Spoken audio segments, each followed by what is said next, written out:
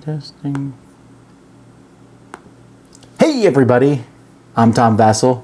Welcome to the Q&A for January 25th, 2016. I'm going to quick send out a tweet on Twitter to let people know that I'm here.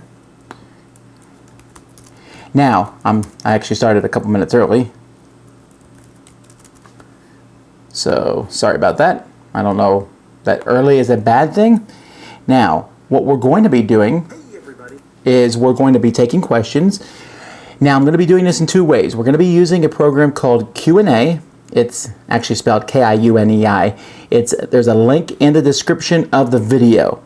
So maybe someone who's watching the chat can mention that to people when they come in. However, about 40 minutes into the Q&A, the last 20 minutes, I'll come back and answer questions from the chat. I'm choosing to do it the last 20 minutes because that's the time when most people are in the chat. So if you have some sort of device or something that doesn't allow you to ask questions. Now, asking questions early is not going to work. I'm going to start taking them from the moment I switch over. So don't ask them ahead of time in the chat. If you want to ask questions ahead of time, you got to use the Q&A program.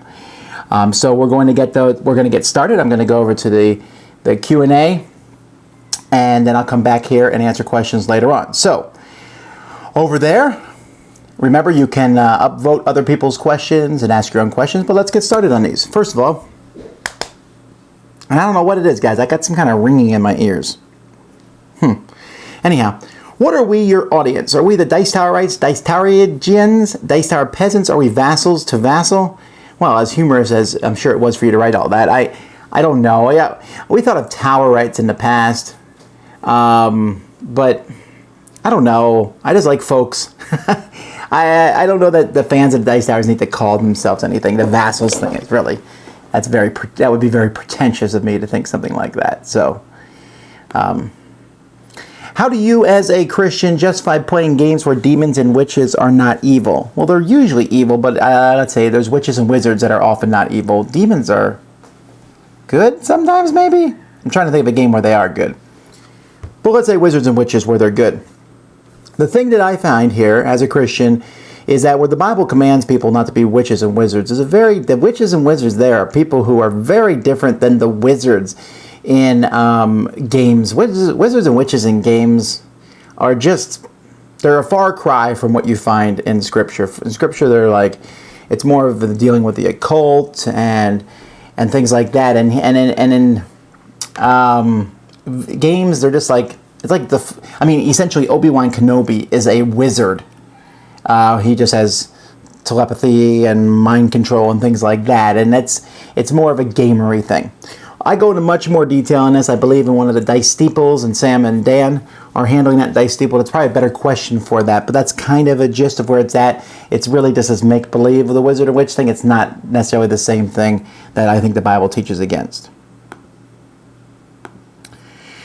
Star Wars Rebellion, which side is more fun to play? You know, I have not yet played the Rebellion because I'm having so much fun playing the bad guys. I think they're very different. The Rebellion, you're trying to outwit the other person, but first of all, I love the Star Destroyers. I love having Star Destroyers, I love having Death Star, I love blowing things up. I think both sides equally have fun because really, if you're the bad guys, you got the stuff. If you're the good guys, you got the heroes. You know, the bad guys, I can role play up General Veers, right? I mean, he had a few lines in the movie, but Han and Luke and Chewbacca and Lando and Leia, there's a lot of good guy characters who, you can get into, but the bad guys, you get the power of the Empire. I really think they're both fun to play, and as I said in my week in review, my opinion of this game is continuing to go up. I'm very eager. I'm probably going to play it again this week and very looking much forward to that. IKEA Kallax shelf is the best one for board games. How many games do you fit on one of those? Well, you can easily see behind me how many you can fit per cube, and then you buy the Kallax shelves by cube. So it fits 4 of these square Ticket to Ride games very easily, although it usually leaves a little bit of extra space. If you include one of the bigger ones that Fantasy Flight makes mostly, Fortress America, Descent, Forbidden Stars, things like that, then you can fit one of the big ones and 3 of the small ones. When it comes to bookshelf style games, it usually fits 4 of those plus a skinnier game. That's how I do it. Again, you can just look behind me to see that. These aren't Calyx, these are Expedite, but they're basically the same thing. Same dimensions for sure. What review took the longest of any video you have ever done, and why?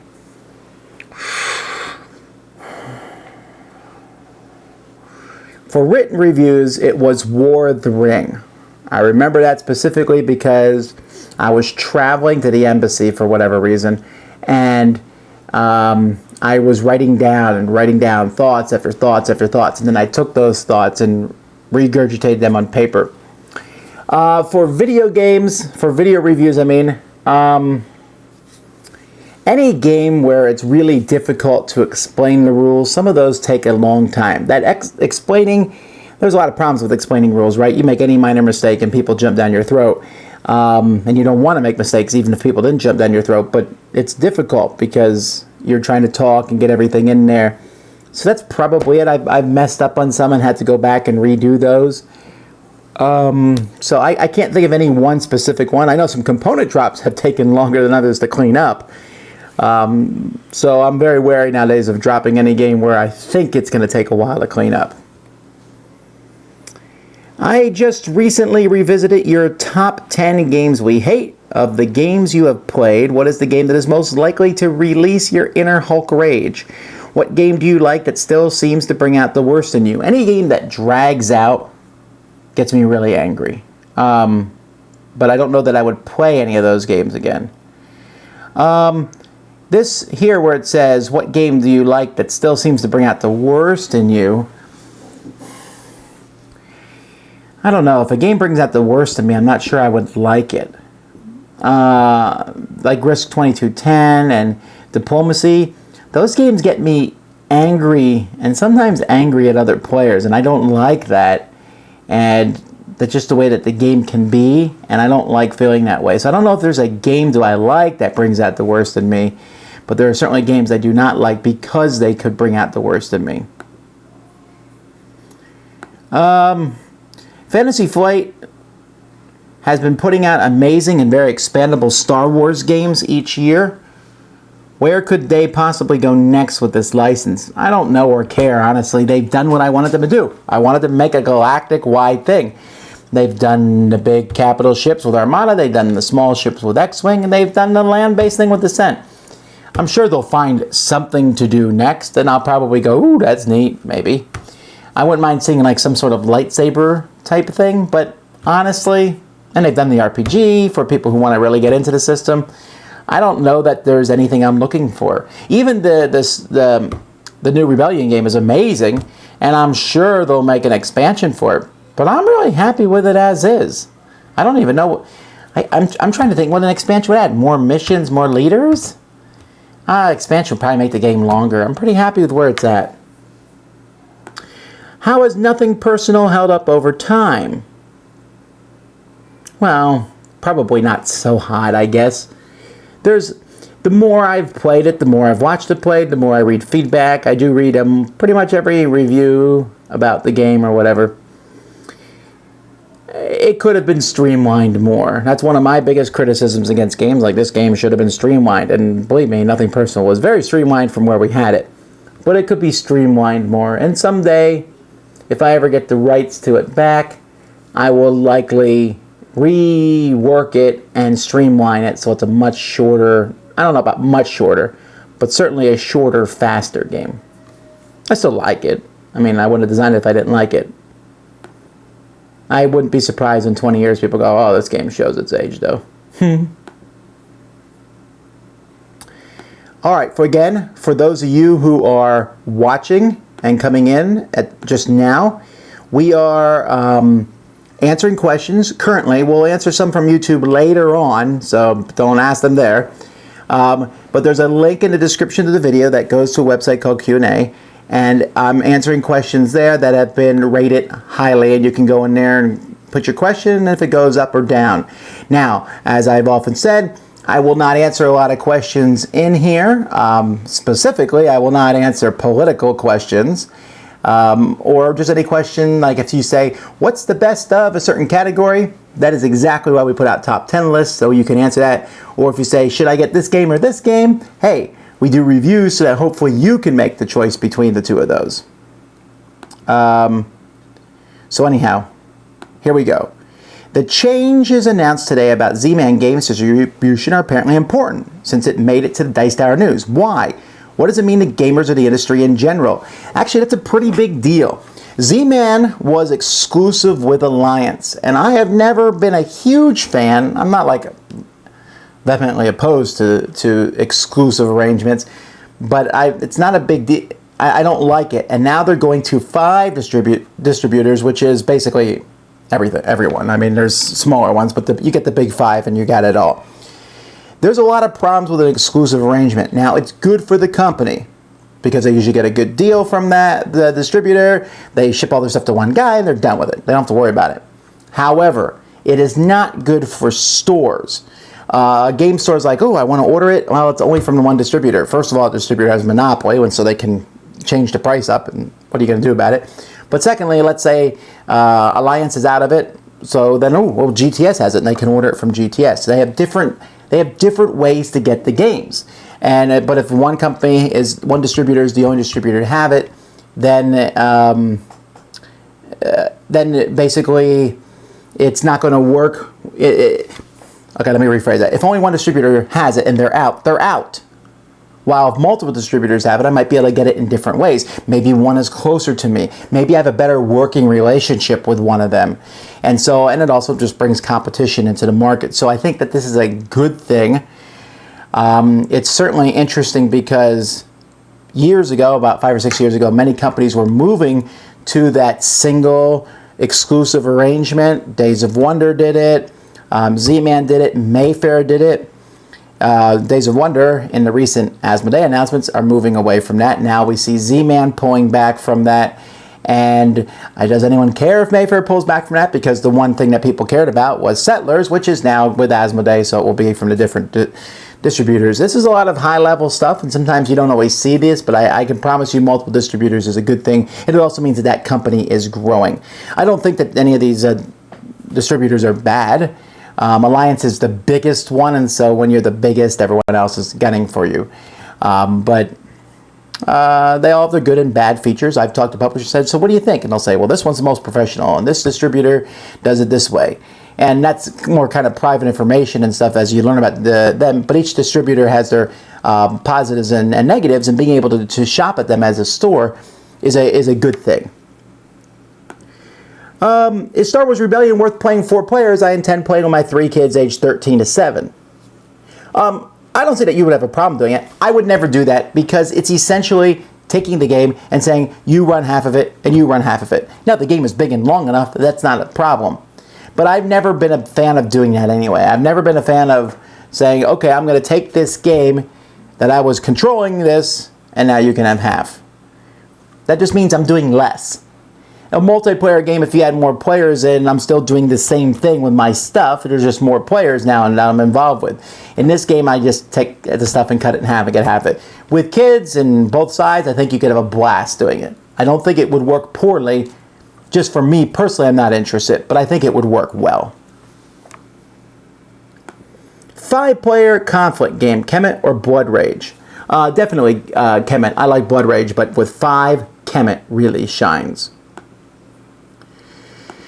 Let's see. What are your top 10 numbers? Haven't I answered this one already? It's definitely 60. And I'll tell you why I like 60 so much. Because it's divisible by 5, 4, 3, and 2. That's just and 6. It's divisible by 6, 5, 4, 3, and 2. So for a card deck, 60 always makes me happy. When there's 60 tokens or whatever, when you need to split things, it's great for factorization. The number 60 is a good number. There are better numbers that are larger, but in game terms, 60 is a good one. That's my number 1 number. I think that's enough. Are you planning to go see Deadpool when it comes out? Probably not. I don't think it's my style. It's a little too hard R-rated, I think. I'm not as interested in that. I do like Deadpool, the character, so I don't know, but we'll see. About which games does your opinion differ most drastically from that of Sam or Z? Have you watched our top 10s?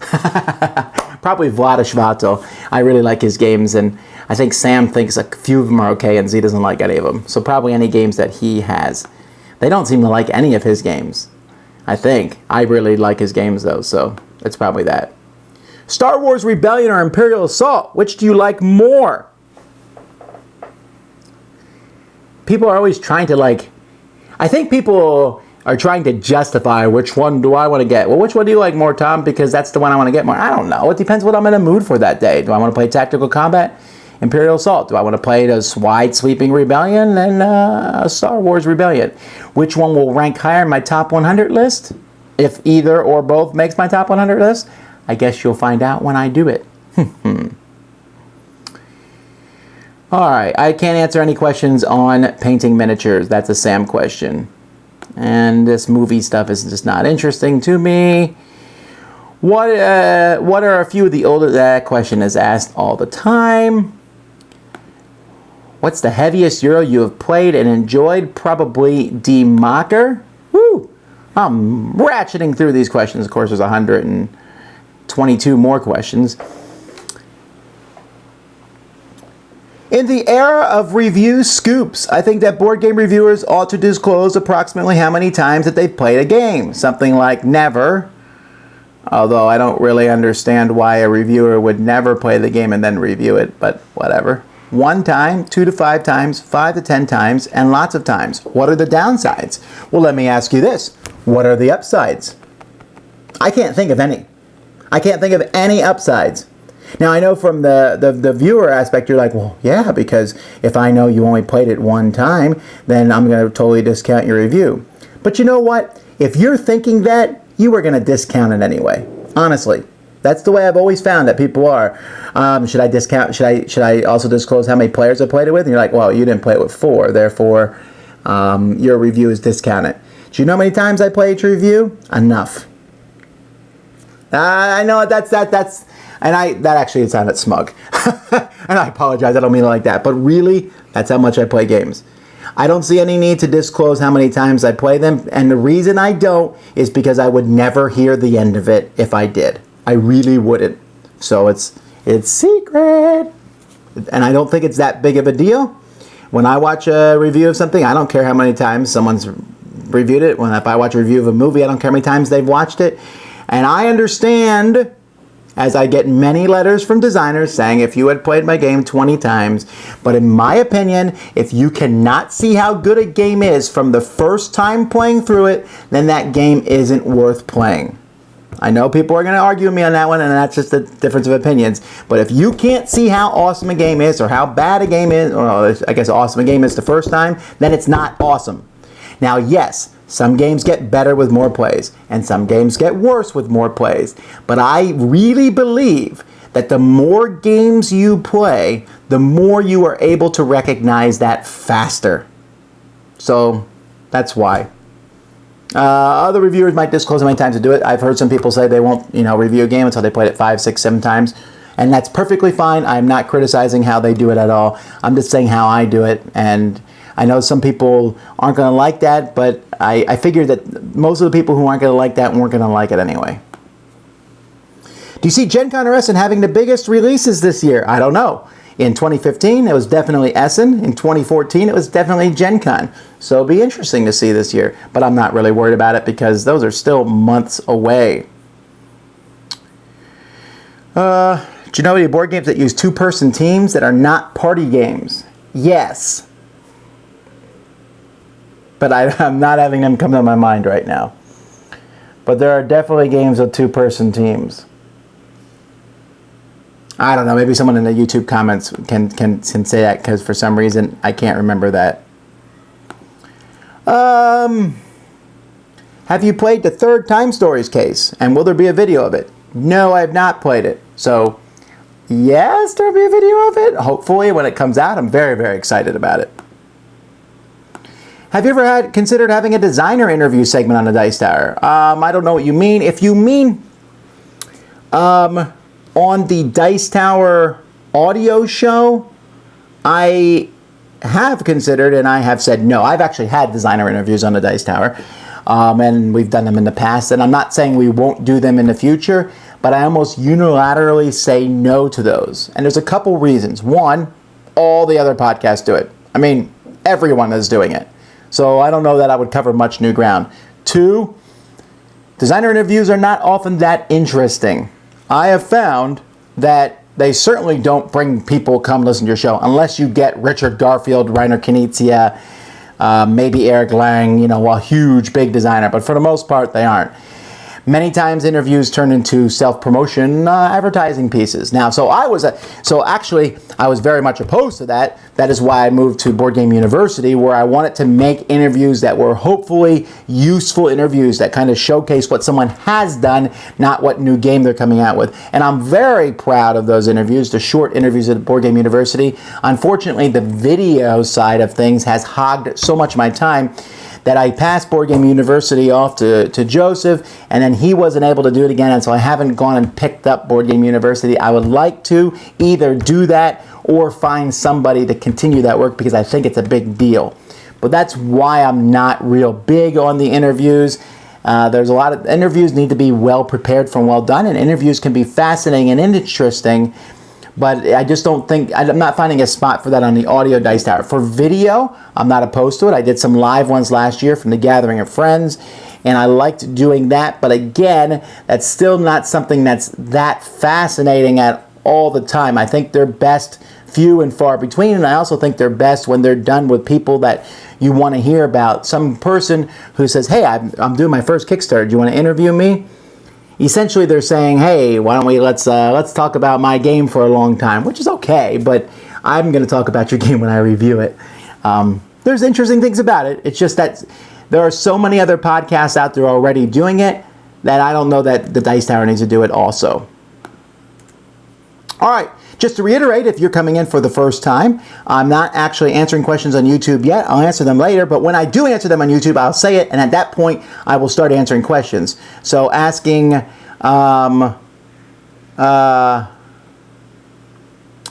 questions on the YouTube now will get you nowhere.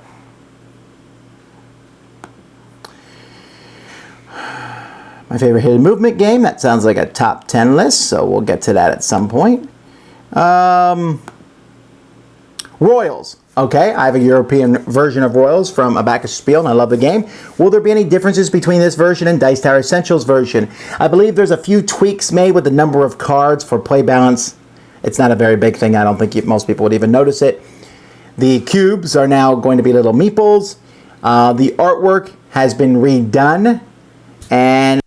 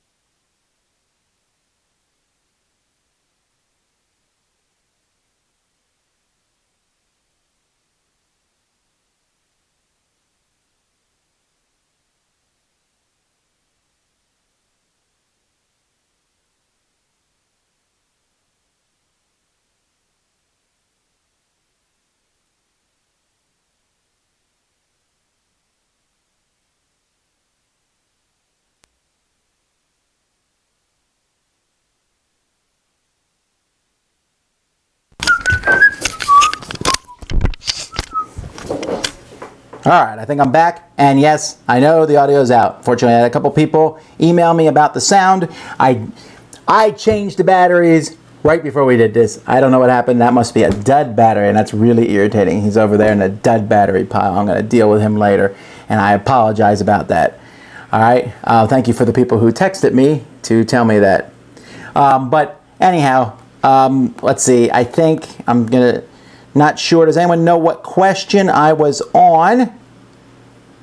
The last thing we heard was the Royals question. Okay, so the Royals question, and then I talked about what universe would you like to see the Dice Tower Masters go to next. I said that I don't really care. I don't care if they go to any universe, but if I had to pick, I'd probably pick G.I. Joe or Transformers. Then someone said, what do I think of Artemis Fowl? And I said, IP that makes such a great game in my opinion. And I said that I read Artemis Fowl, just a few chapters of it about 10 years ago, and I wasn't that impressed with it. Although, to be fair, reading a few chapters is not a great critique. The kid was a mastermind criminal, and I was like, well, I don't want to read about some criminal being the hero. Maybe someone can persuade me otherwise and tell me that he's really a nice guy at heart or something. Like he's a Han Solo type. I don't know. It just didn't grab me, and I haven't heard much about it recently. I know it was really big because it was like the alternative to Harry Potter at the time. Maybe it is now.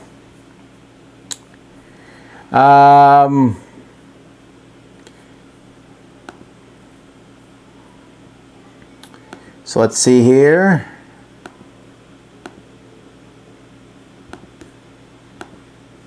Back to the questions here.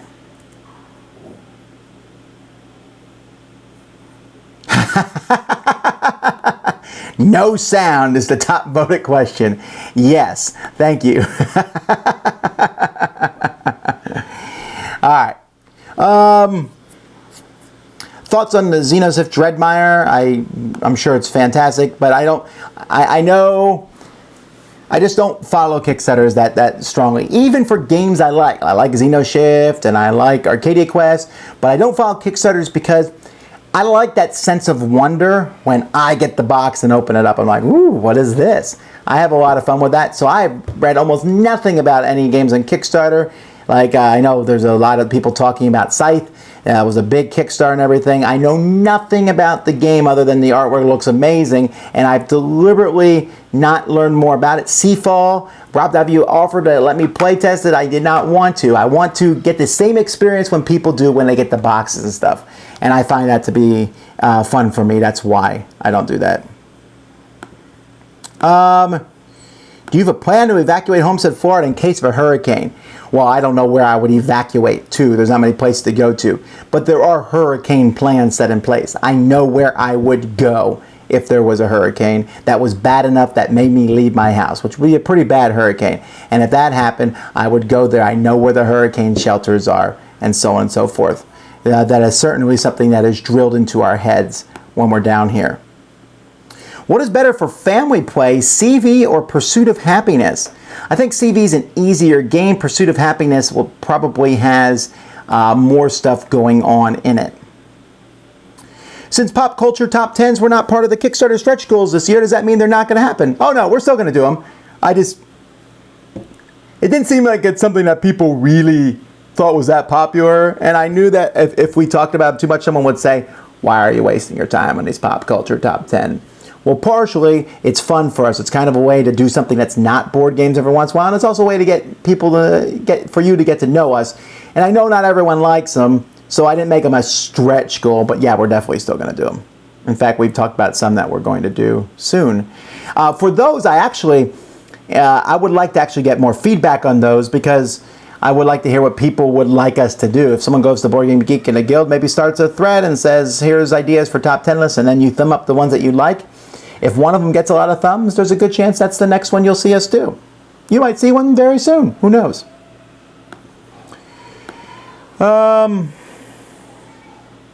What's the limit of the Fantasy Flight Star Wars license? We had previously heard it was only for miniature games and not board games, but Imperial Assault is arguably a board game, and Star Wars Rebellion has no miniatures at all.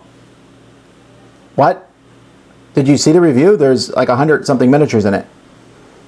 So, how does Hasbro license figure? I actually do not know the ins and outs of that. I think that Fantasy Flight has to pay Hasbro part of a royalty for Imperial Assault because it's partially a board game, but I do not know all the details of that. I don't really care about it, but I know they can't make a straight up board game unless something has changed.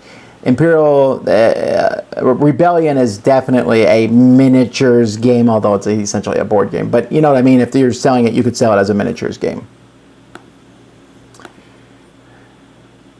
Watched your update to Arcadia. What prompted you to revisit the game? You do that very rarely. Also, it went from broken to better than Splendor. Well, it was broken, and I revisited it because the exact things I said were broken. The publisher emailed me and said, yeah, you know what, they were broken. We made misprints on the cards. And I was like, oh, well then I'm really interested in retrying it because I thought it would be good if those things were fixed. They were fixed. I played it and it was fine. And honestly, only the Gen Con copies had those misprints in, so anyone getting the game would be getting a new one, and if they watched my original review, it would make no sense to them, because they'd be like, oh, this works for me. So that's why I redid it. And also, it's in my collection now, because I like it. So I have zero experience with Craigslisting games. My experiences with Craigslist have been weird at best. When I was first moved to Florida, I used Craigslist to buy furniture and stuff from people, and a few of the places I went to were really skeevy places, and I was like, oh, okay, I'm done with this. It's just kind of a weird thing.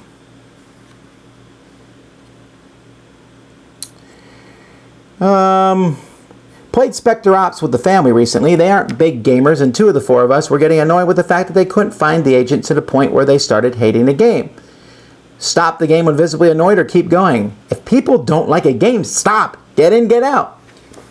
One of the things I found when I work with kids and with youth group, and I work with kids and youth group a lot, is when I'm playing games. I'm the game guy. I've been the game guy ever since college. When I was in college, I went to work in a local church, and the first thing they put me in charge was the games. And I stayed the game guy the entire time I was there, I think like for 6 years. Had a great time doing it. And if there's one thing I know, if I ever got up and did like a seminar working with games, but I'll tell you this, and I actually do a seminar on board games, and I bring up the same point. As soon as you find out a game isn't working, get out. Seriously, get out of that game. And I think the same thing too. If I'm teaching games to non-gamers and they're not enjoying it, I'm just like, you know what? I can tell you guys aren't really enjoying this, and you don't like whatever aspect of it. I got a different game I think we'll like better. I wouldn't even actually introduce new gamers to Spectre Ops anyway. I think it's a heavier game. What would I rather? Finish the game and have people hate games? No. And when it comes especially with kids and youth, boom, this game isn't working, it's out. I got another game ready to go. And I always have a backup game for that case. That's why you keep the little pistol in your sock. That's why you always keep no thanks in your pocket. You never know when you're going to need it. Do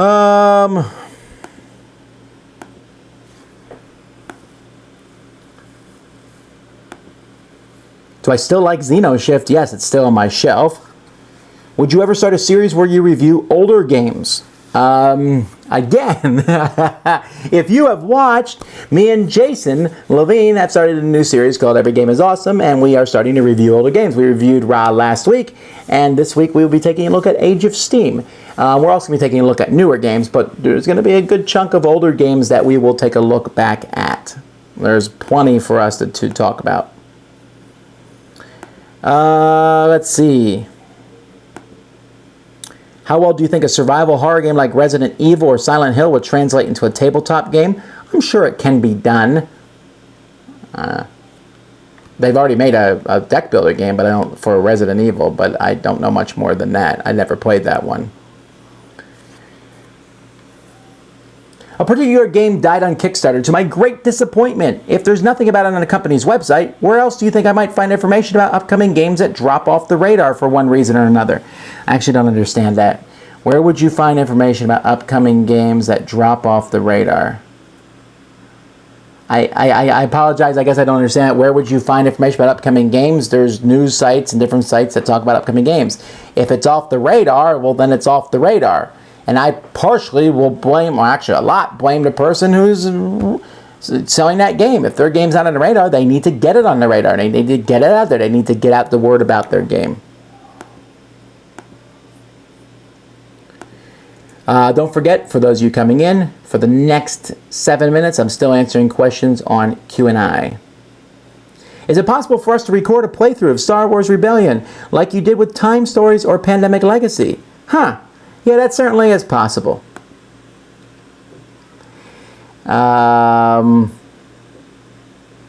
Party games for elderly people who like things like telestrations. I think Wits and Wagers would really work well in a party game setting for older folks.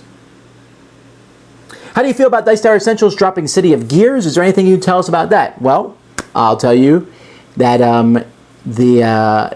we brought Cities of Gears to Arcane Wonders.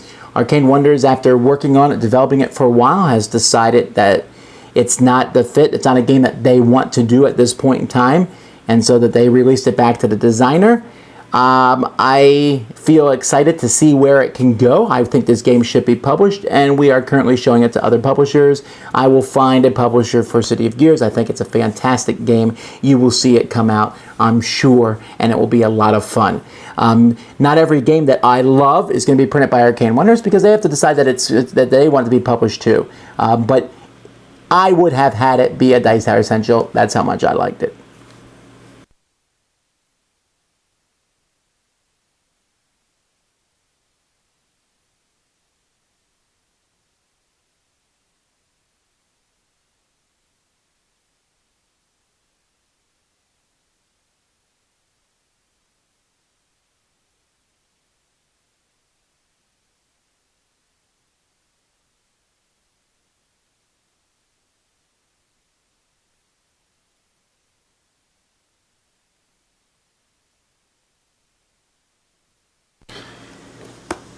Well, that's really annoying. 2 batteries. I don't know what's wrong with those. I'm throwing both those away. I use rechargeable batteries.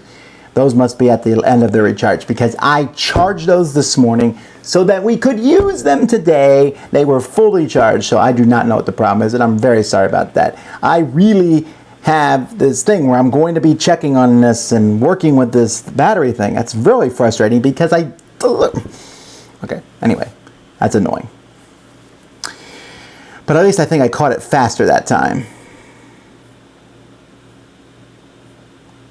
Uh-oh. When did the sound go out? All right, what was the last question everyone heard? Let me know. What's the last one?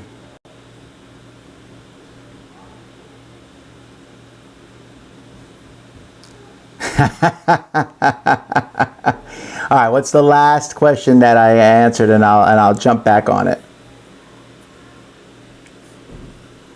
I'm not mad at you guys, I'm mad at the batteries. No one is answering what my last question was. These are good rechargeable batteries too. Maybe I just used them too many times. But anyhow. Oh, it was only out for 6 seconds? Okay, great. Alright. Anyway, I was talking about the King of Tokyo, King of New York packs. I know they're definitely coming out with one in May because there's a Kickstarter one. It's just the monster for now. But that's still pretty cool. Alright, let's see here. A few more questions, then I'm going to go to YouTube and answer the rest of the questions there. If you ever have a specific idea or something that's like, when are you going to review this, when are you going to review that, we'll answer that when we review them, usually. Do you have non-gamer friends in my circle of friends? Well, yes. Although honestly, I think other than church, and I have a lot of friends at my church, and I have my gaming friends, I don't really have many friends outside that. I might have some friends from college, but most of the friends at college I gamed with. So really, I guess I only have 2 circles of friends in that regards. I will be friendly with anyone I meet, though. But I don't ever try to get people to play games unless they want to. I'm certainly a gaming evangelist, but I'm the kind of gaming, hey, you want to play a game? No? No? Okay. That's how that should work, I guess. Did I play games with my wife when we were dating? I did. Although we mostly played checkers, rook, face 10, yeah, I know. Balderdash, things like that, party games. It was whatever I had at college, and at college I had a few party games, and then I had Shogun, Fortress America, Axis and Allies, CCGs, and she wasn't interested in any of that. And that irritated me because I wanted her to get into gaming, but I tried to play the CCGs with her a couple times. She just wasn't interested at all. So I was like, all right, how am I going to get her into this? When we moved to Korea, I was like, well, looking online, what are games that my wife might be interested in? And that's when I discovered Euro games, and huzzah. Do you feel like Rebellion is the War of the Ring of the Star Wars universe? Says Andre, who has obviously not watched my review, because I feel like I said that exact thing. Not only that, I would say that it's the Twilight Struggle of the Star Wars universe. That's how much I like it. Can someone become consistently good at games, similar to an athletic skill? Oh, yeah. And what would you practice? Play more games. I know that I get a lot of jazz about being bad at games. I don't win that often, maybe. I would say like a multiplayer game, let's say a 5-player games, I probably win them more than 20% of the time, actually. But I don't win all the time, not like Jason does. However, I try all sorts of weird and unusual strategies and try different things. But I understand what you're supposed to do in the game pretty quickly because I've played so many. Any one particular game, if you play that game all the time, you'll probably crush me at it, and fairly so. So if you want to be good at something, you practice. It's the same it is with everything else.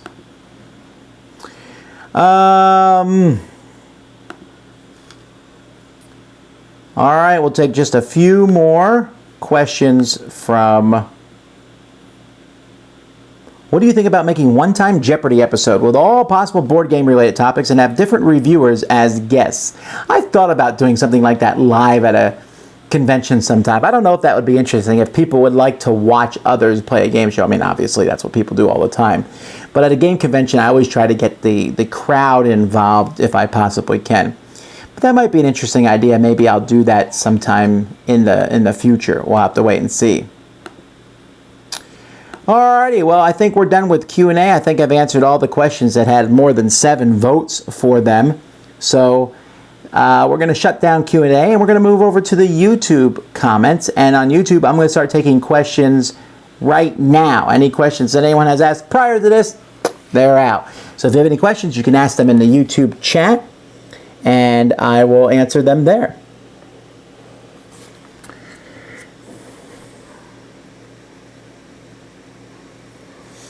All right, so yes, the game show reviews. I don't know, that might be interesting. I'll have to try it sometime. Let's see here. No questions yet, but I'm sure I'll get to some soon enough because I'm still saying there's like a 20-30 second delay here. What is a Dice Tower Essential? If you don't understand what Dice Tower Essential, it's a line of games that I'm bringing out. Right now I'm working with Arcane Wonders on it, so they're coming out. I think they're games that are essential to your collection. They're great games that I wanted to see come into print or be reprinted.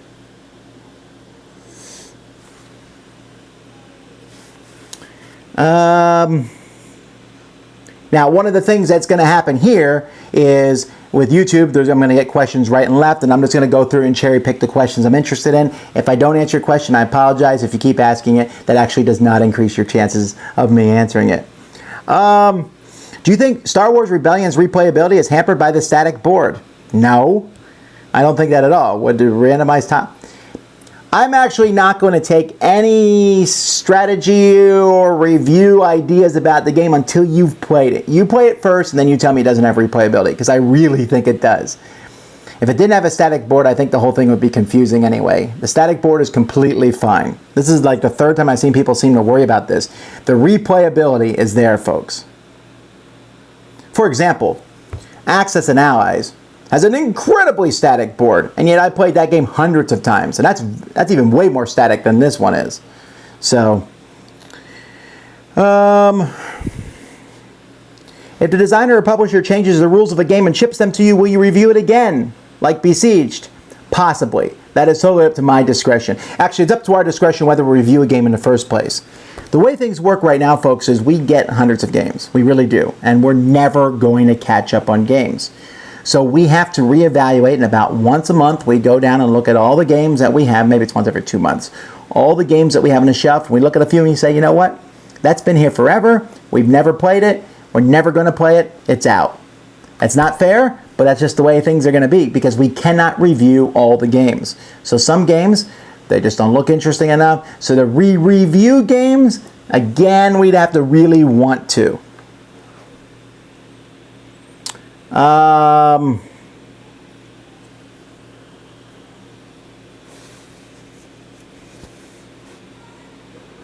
Whew.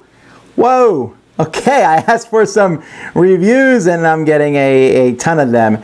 And since it shot to the bottom, and I actually don't know. Okay, there it is. Found it. Never mind.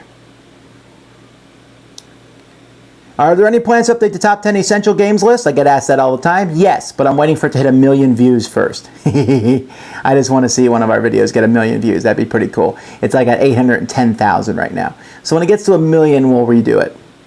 But we're doing the top 10 co-op games over again. You'll see that one come eventually.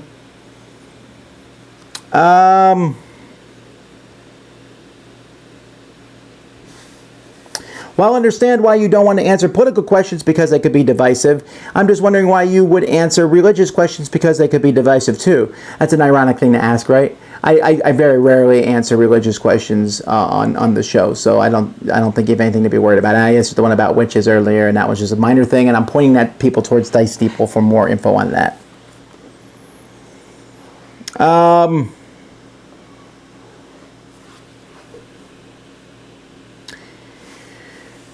By the way, if you're watching this and you haven't heard about Dice Tower Cruise, it is live and going. You can call Cool Stuff right now if you want to book it. I know that it's going to sell out, so you know that you want to be involved with it. There's a lot of people already signed up to come. I hope you can join us for that.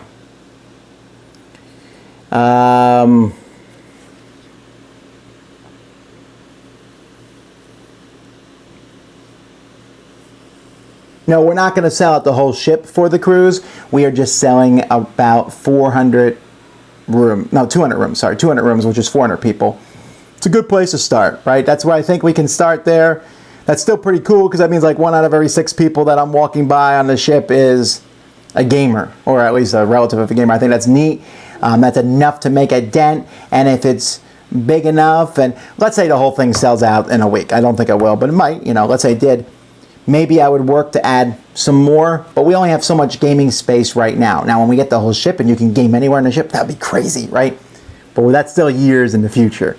I want to see how manageable this one is going to be before we go any farther. And I think 400 is a good number. It might even be too optimistic of a number, but I think it's a good number to start with.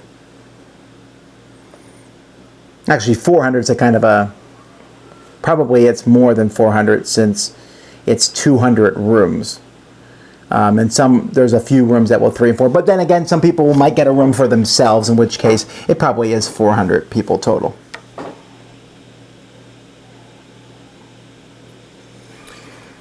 Let's see. I Instagrammed a picture of a game this weekend with boats and alligators. What game was that?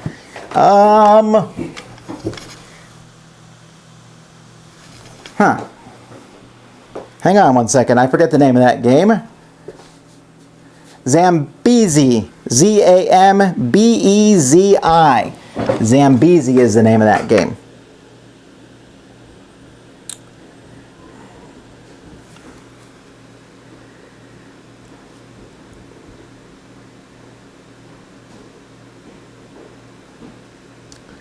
Let's see here. Can Ninja All-Stars be saved by home rules? Possibly. Any game can be saved by home rules, but I usually don't go out of my way to try to save games. Besides, if you go to the website for that game, you will find that pretty much all the folks who are fans of the game don't think that it's broken or problematic anyway, so maybe you would like the game. If not, hey Jimmy, busted in the room here. You can let him in. You can let him in. Alrighty. I'm never going to answer a question about a Dice Tower movie. Would you consider an RPG reviewer for the Dice Tower? Yeah, you close the door. No, not right now, because the Dice Tower is something in which it's about board games. I don't really want to expand it into the RPG realm right now. I just want to talk about board games. We haven't even covered board games completely yet, so expanding in RPGs is not something that I'm interested in. All right. You want to come here and say hi? Say hi. Say hi to everybody. Say hi. Say hi to the camera. No? All right. You want to go play? All right. Bye. All right. He has a drawer of toys in here, which is where he is going to now. So anyhow, well, there's lots of questions here, but I'm kind of looking for ones that I really want to jump onto these questions here. Oh, there's a box. We love you. Come back some other time. All right, let's see here.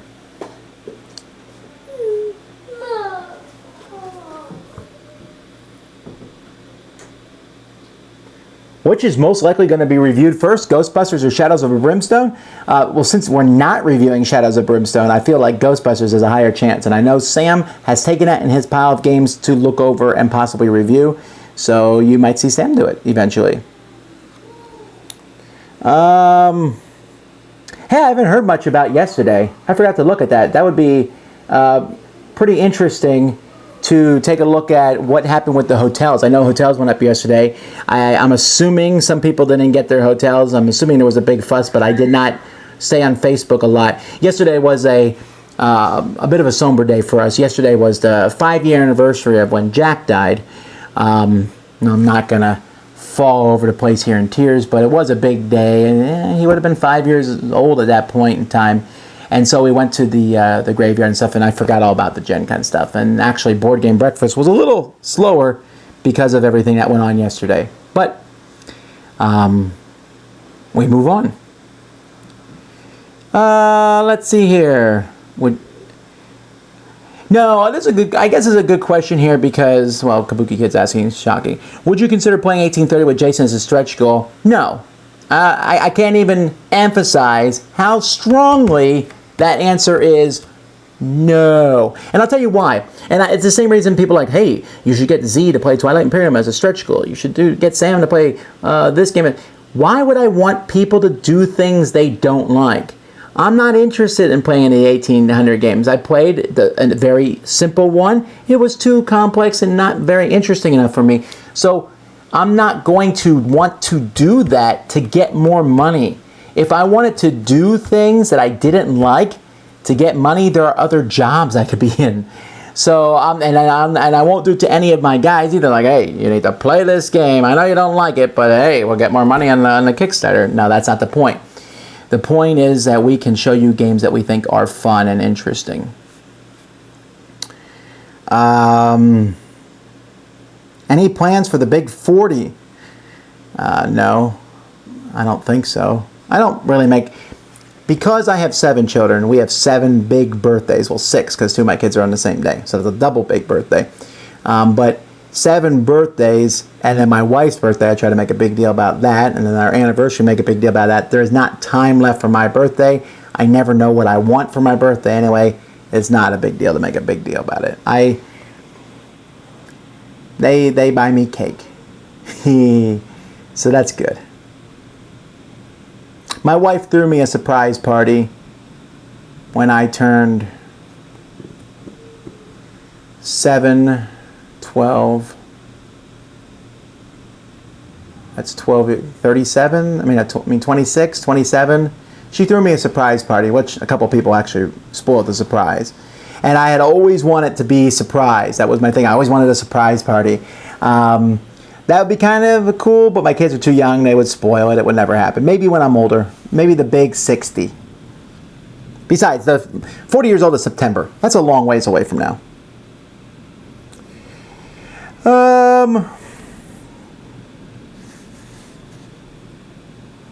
Any thoughts on having an internet versus the Dice Tower live play event? I've thought about that. That's kind of an intriguing thing, I suppose. Like, hey, Internet versus Sam of Memoir 44, or something to that effect. And then the Internet would scream because their strategy would be perfect, and Tom would mess it up by my rolling of the dice. That's a possibility. We'll see that soon. We are going to do more live plays on the Dice Tower, but I think pre-recorded plays are better. Because with a pre-recorded play, we can change camera angles much more easily. If there's a long area of dead space, we can actually cut that out. Maybe, there's a whole section where we spent time looking up the rules. We can cut that out. We haven't necessarily done that in our time stories and things, but it's possible that we could do that in the future.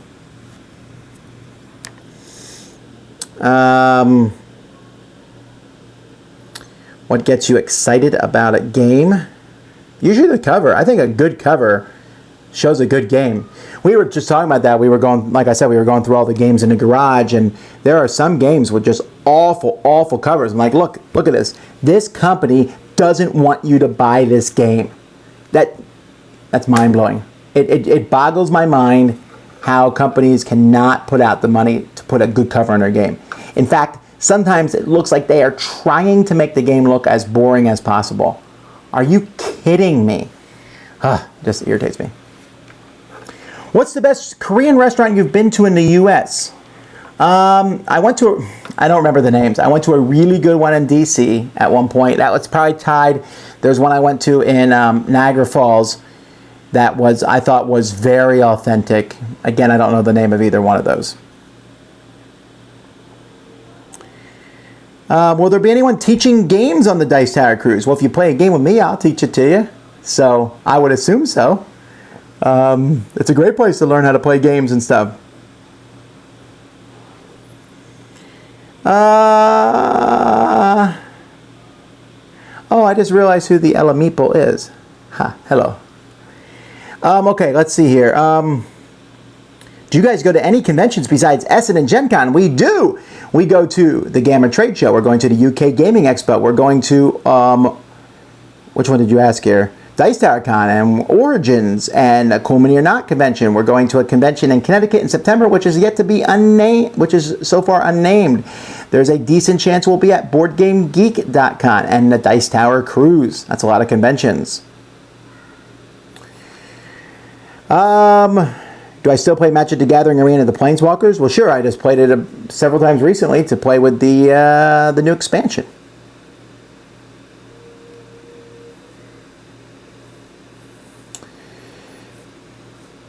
Just wondering, if you gave someone a bad review and told Cool Stuff that you were going to give it a bad review and they put it up on the daily sale before the review, insider trading penalties. If I did that, I don't remember that ever happening. However, I have called Cool Stuff before and said, guys, I played this game. It is amazing. Make sure you buy a lot of it when you sell it because it's really that good, and I really feel like this one's going to sell well. I don't know how much they have followed through on that, but I've never done the opposite. Like, guys, this game is going to tank. Maybe that's come up in conversations and stuff, but I don't think they've ever then immediately gone around and put on a daily sale. I'm not that potent with my reviews. I promise I'm not. I'm not stupid enough to think that there isn't people out there. I get this all the time. People are like, the power you have. I understand that there are people who buy and don't buy games based on my reviews. That comes with the territory. I don't think it's as much as people think. If it is, I'd be surprised. But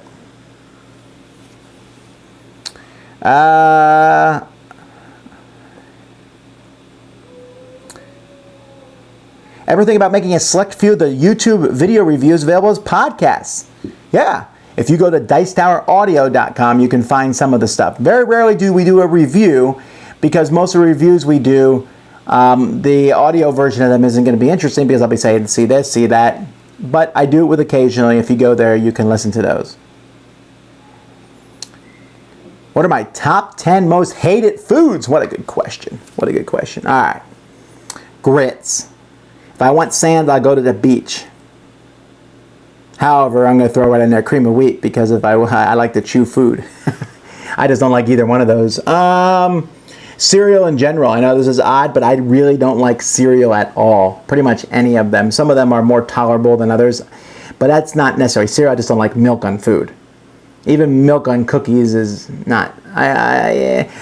If you let me eat the cookie and then drink the milk, I feel okay. But to dip the cookie in the milk bothers me. There's stuff floating around in the milk. And putting milk, I just don't like cereal. I don't like it. When I turned 17, I said when I went to college, I told my mom, I said, I'm never eating cereal again in my life. And I never did. Not once. So what am I now? I'm 39. So it's like 22 years of no cereal. Anyhow, foods I don't like. Those are the big ones. I'm just not a big fan of a lot of a lot of those breakfast foods, I guess. Although that gets me on the rant of why we have to eat certain foods for breakfast. Why can't we have spaghetti for breakfast? I do like a lot of food. I'd have to think about that, but those are the three that come to mind. Okay, anyway.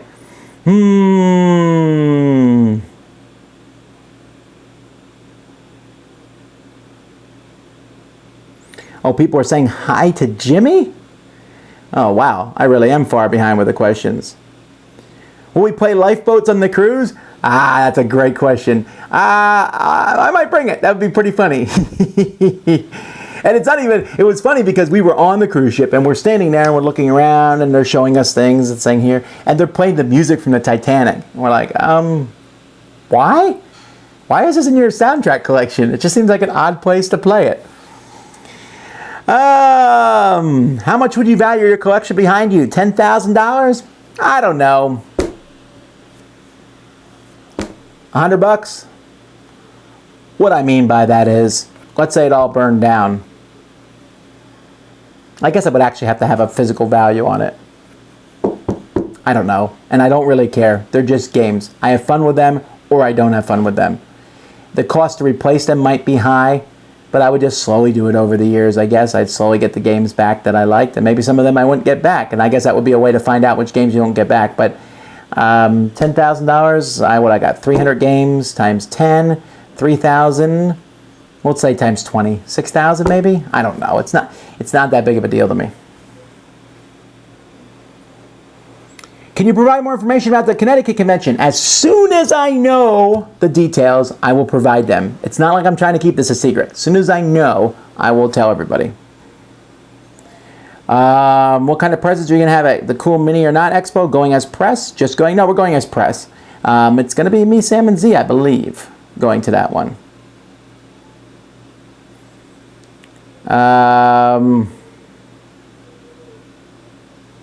Can you whisper into Z-Man's ears to reprint Yggdrasil? No, probably not. Yggdrasil is not in my top 30 expansion cooperative games, so I don't know why they would want to reprint it. I think everyone who wanted it has got it. I liked it, but I don't know that I would go out of my ways. Do I think Guildhall or Oregon will ever be back in print? Oregon, probably not. It's a good game. I like it a lot, but I don't know if there's anything about it that stood out that someone would reprint it. Guildhall, I could see that one happening again. AEG, I'm very curious to see if they're going to start reprinting some of their games that they've let go out of print. I could see Guildhall happening. Oh,